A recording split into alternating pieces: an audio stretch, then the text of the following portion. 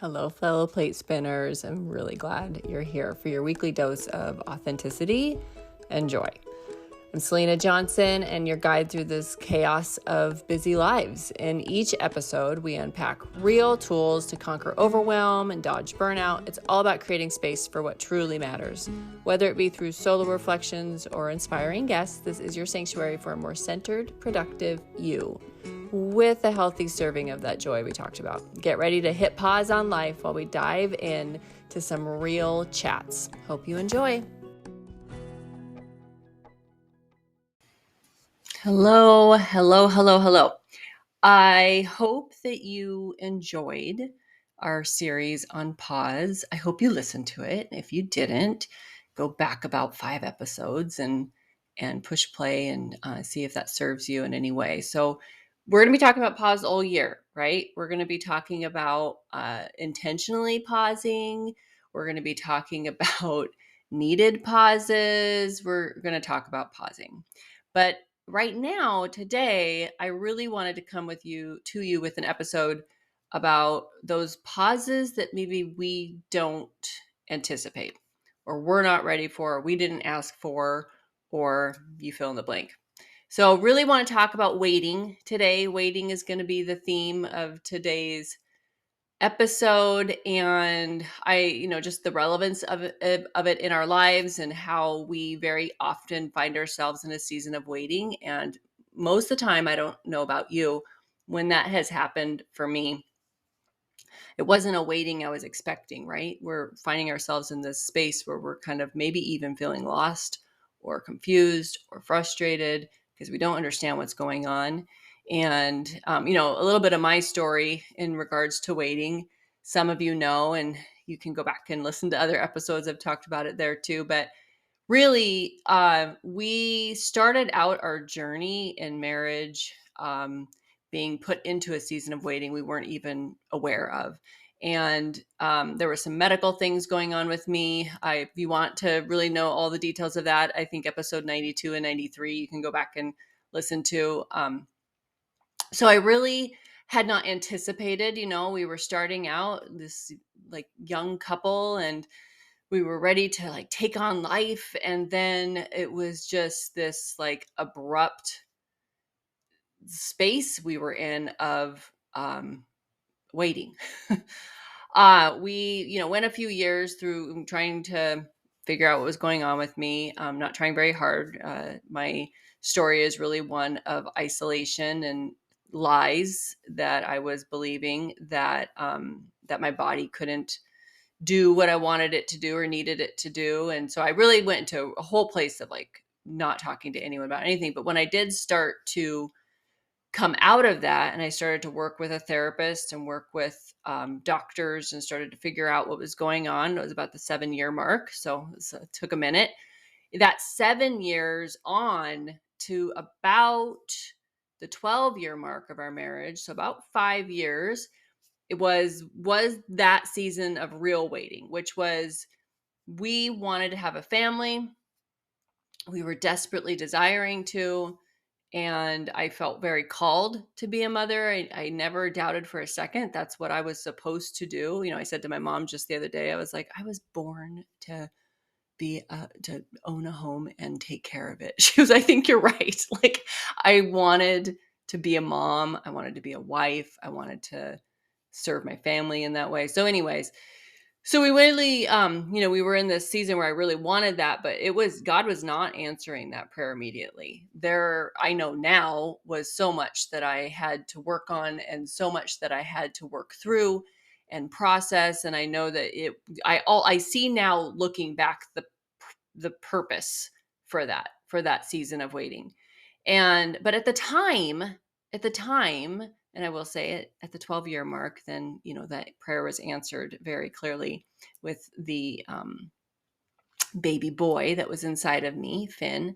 But in that moment, those years of wondering and waiting and impatiently pining, you don't know why. And I saw this verse a couple weeks ago that just flew off the page to me.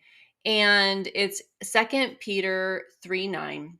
And it talks about how there's waiting in life, and that we don't always know the reason, but that our God is a God who is not impatient in his waiting. He's patiently waiting out the plan for you. And I think it's important to remember that he isn't waiting. He's actually working during that season. And I think that's hard for us. The verse says, "The Lord is not slow in keeping his promise, as some understand slowness." And right there, that's what stood out to me. Instead, he is patient with you, not wanting anyone to perish, but everyone to come to repentance. And that verse, I mean, like, one of those moments you've read it 27 times and then it just is like, whoa, that was this here the whole time? His word is active and living, and I believe it. But the Lord is not slow in keeping his promise, as some understand slowness. And I think what is important for us to remember are some um, some things that we are waiting for are not things that are going to be in the same time as his timing. Let me say that again. We think we're waiting, right? Because we don't have the big picture. We don't know what the plan is. We just know what we want. And often it's the desires of our selfish, human, sinful hearts. It's not even lined up with God's heart for us, right? And so we're thinking it's taking forever. I waited years in my story and I thought it was taking forever. But God knows it's not taking forever. He sees the big picture, and slowness to him it's different than slowness to us. Like, his timing is impeccable. He doesn't make mistakes, and he knows exactly what he is doing. So the idea behind this episode is really understanding what's happening in those moments of wait, because I think if we could understand a little better in our lovely human way, because we'll never know the whole picture, because that's not for us to know, it's for him to know. But I think that it's important for us to understand a little bit clearer what is happening with God in that time and what we can do about it, instead of feeling like we're just lost in that season. So one of the things that I wanted to talk about in an action that we can take during that is partnering with God. God calls us to not just sit idly by and just wait for him, but he calls us to partner with him in the wait. So I know for me, a lot of that season for me was me growing and learning. And at one point, my mom says, "He's building character in you." I think I cried out to her and said, "I have enough character. I don't need any more character. Thank you very much." But I think that, he is using that time. I want to say that one more time. He is using that time to develop you. It is not wasted time if we are partnering with him. So what are some ways that you can partner with him? You can partner with him through prayer. That's a really, really, I think, beautiful way of being on the journey with him, right? Like, engaging in the process is partnering with God in prayer. And, Jesus is our intercessor. These things that we are in the wait for, the things that we want to lay at his feet, he will take to our heavenly Father. And there is power in that. There is action in that. I know sometimes it feels like it's just words. Like, I'm praying to God, I am calling out to him. I mean, the years that I spent talking to God, I'm using air quotes, were years that I honestly, some days felt like my words were going out void. But God, they aren't going out void. He hears them, he sees them, he knows your heart. And you continuing to lean on him in prayer is showing him that you're relying on him, right? That's what he wants. This whole process of waiting is for us to draw closer to him, not for us to separate ourselves from him. So be in prayer with him. The other thing that we can do, take action in that, is taking action steps. So sometimes in the wait, sometimes he will ask you to like, don't do anything right now, just pray with me on this. But he also is pointing you in directions that's going to lead you to the answer to prayer. So for example, back in my story, a huge like span of time within that was my 7 year wait, basically, before I even got any sort of help or talked to anyone. And that span of time to me felt very isolated and sad and lonely. Wasn't bringing God into the process at all. I was definitely, again, just really eating up those lies. I say isolation's where the enemy attacks, and I believe it with all of my heart. And so during that time when I was going through that, I wasn't partnering with God. I wasn't taking those action steps. I wasn't going to a doctor. I wasn't talking to anyone. I was trying to do it all on my own, barely even including my husband in the process.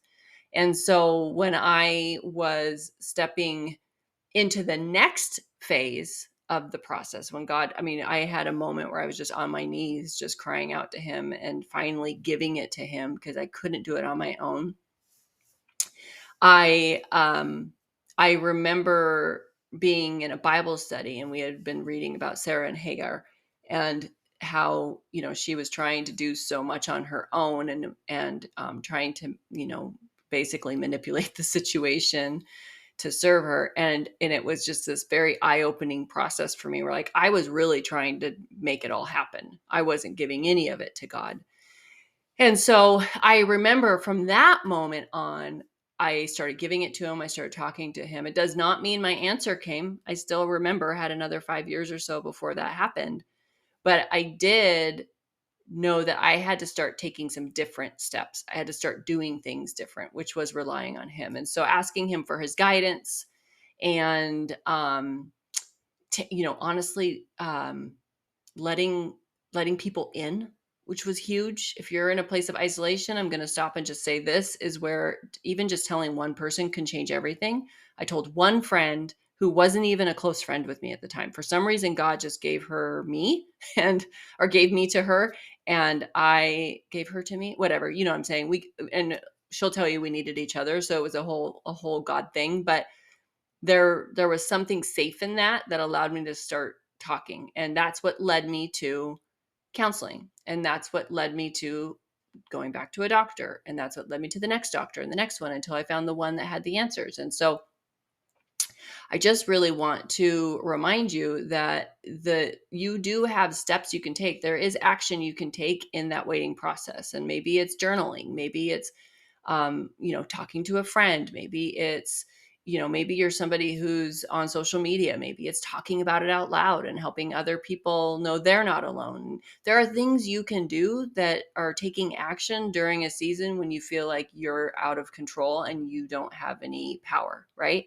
And so I think that really asking God in that season, not, hey, God, I would like this to be the answer to my prayer of whatever the end goal is that you have in mind, or whatever the waiting, what's on the other side of waiting. But really right now, today, Lord, while you're developing me and growing me, what can I do to come alongside you? What can I do to hold your hand and partner with you in this, so that I can not only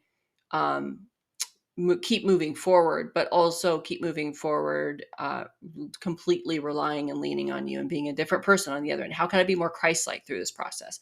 And asking yourself those questions helps you reframe it so that you're not feeling like you're just sitting. You know what I mean? I also think that it is really important to remember that God has power in that waiting period. So he's doing things. He's active. He is active. Friend, if you are in a waiting season right now, I am just going to remind you, he is not waiting with you. He's doing stuff. He's working on other people. Maybe he's working on a situation. Maybe he's like, it's, if you think about like, how you, like you see like a tapestry, right? Like you can't have certain parts of the tapestry woven before the other parts. Like you have to have it all come together in the right order. And so I think that reminding yourself that God is a God of action, God is a God of compassion, and He is a God that wants the best, not just for you, but for all people. All of His creation, He wants the best for. So he's, my mom always says he's never working on just one person. So you might feel like you're in the waiting, but your God is doing big, mighty, powerful things. I think that we sometimes think that like that's that person's story. It's not my story, or that that's they're working on them in that area. But we're all connected. It's all intertwined. And my gosh, I think if we could see the map of what He's doing, our minds would explode. Which is why we don't get to see the map of what He's doing. Like I think if we were to really see it, it would be overwhelming. So we're just gonna know that in that season, God is really taking action, and He is calling you to trust Him with that. And that is the hardest part, isn't it? It really is. And so I encourage you that in that season of wait, that you remind yourself that your goal is trusting Him and obeying in the steps He's calling you to do, not running ahead and trying to do it for Him. Okay? So I want to give you some like practical tips as we go. I mean, I think a lot of this was, but hopefully at least. But I want to give you some practical tips as you guys go through this process. I would encourage you to journal. I know it feels like maybe you're somebody who's like, I wish I journaled more or whatever. I'm gonna say that journaling doesn't have to be every day, every night. It doesn't have to be like if you miss. It's just like to me like working out. Like if you miss a day, who cares? What are you doing about it today? And so, the reason I'm saying that is because I just came across some journals from my dark years, that I had, and it's really interesting because I wasn't ready to talk to anyone about it, and had a lot of shame and guilt that was associated in that season. And so I can tell in my journaling, I'm not saying things that I really was feeling and thinking, which is really interesting to me. But what I will say is, as I was reading through it, it flooded back to me. And I think that giving ourselves that process to write it out, and to also like a stone of remembrance, I think that's really important, because you will have other seasons of wait. And I think that's the hard truth, that you will, that season for me wasn't my only season I've ever had. And I think that as much as you can do to remind yourself during that process, I think is really, really important, by looking back at things. I also think being mindful and reflecting on your reaction to where you're at. So if you're really feeling kind of that victim mentality, I think that it's important to do some self-reflection and to remember that nothing is happening to you, it's happening for you. So remembering that you might feel like this is the worst, or that you're tired or frustrated, and boy, have I been there. Yeah, and that's all valid, but you're not a victim in it. You are, you're having to wait for a reason, and that's not for sometimes for you to know. It's for your God to know. So reminding yourself of that. I also think that, listen, when you're in that place and you're feeling those things, leaning harder into worship, into whatever worship looks like for you. So it could be singing, it could be dancing in your kitchen, like I've done. It could be coffee with friends, and it could be in a Bible study. It could be drawing, whatever, you name it. Going for a hike in nature, just drawing closer to the Lord, and just continuing to come alongside Him in the process, like we talked about, I think is really, really important. So this is what I want to say as we kind of wrap this up. I think that if you have never experienced this, you will. So there's that. And you can just come back to this episode when you need it. But if you have experienced it, I would love to hear your stories. I would love to hear of some of our listeners' stories of weight. And I think it's really important that we talk about it. I would also encourage you, you can reach out to me with any questions or comments, and, we can kind of talk about it. But also, if you have a friend that's close, I think sharing your story with a friend would be a really good reminder of where you're at and how you've come along, and also what you're needing as far as support. I didn't really mention that, but I think that's also something you can do. That's taking action, is asking others to pray for you. It's huge. And I want to say this too. If you are kind of going through a rough patch and you don't want to tell everyone everything, you don't have to. God knows all the details. So you can ask someone to pray without giving them details. If somebody wants to know the details and they're not close enough to you to ask, then they don't need to know the details. And that's just really, I'm very crystal clear on that. If somebody comes to me and asks me details on something and they're not somebody that's kind of right now in that circle that I need to keep close, if I'm going through something tough, that's okay. I'm just going to ask them to continue to pray. Okay. All right. And then just that, I want to leave us with this thought, which is that there is hope in those seasons. I want you to look around all the people in your life. They're not unique. They're not different than you. They have a different story than you, but you all are going to be in a season of wait, and you're all going to have beautiful, beautiful answers on the other side. And if you're in that season right now, I want you to look around at those around you that have experienced that answer. It gives us such hope to see others. That's why we love inspiring Instagram stories, and that's why we love that, because it helps us see there's good stuff happening. God is working on really, really beautiful things. And I think that's really, really important. So thank you for listening to this episode. I would be honored if you would go in and rate or review wherever you're listening to this podcast. I would also be so grateful if you would share it and, tell the people in your life to listen. We are growing, and I think this is a community that could really support and encourage each other. So thanks for listening, you guys. And as you're in the season of wait, I'll be praying for you. Thank you for listening. I'm just so grateful that you would take the time to be here with me today. I hope that if there's anything that inspired you or got you excited, that you would share it to social media or send me a message with any input or feedback that you have. And just really appreciate the support and the encouragement that I get from you guys all the time. I will keep showing up, and I hope you keep listening.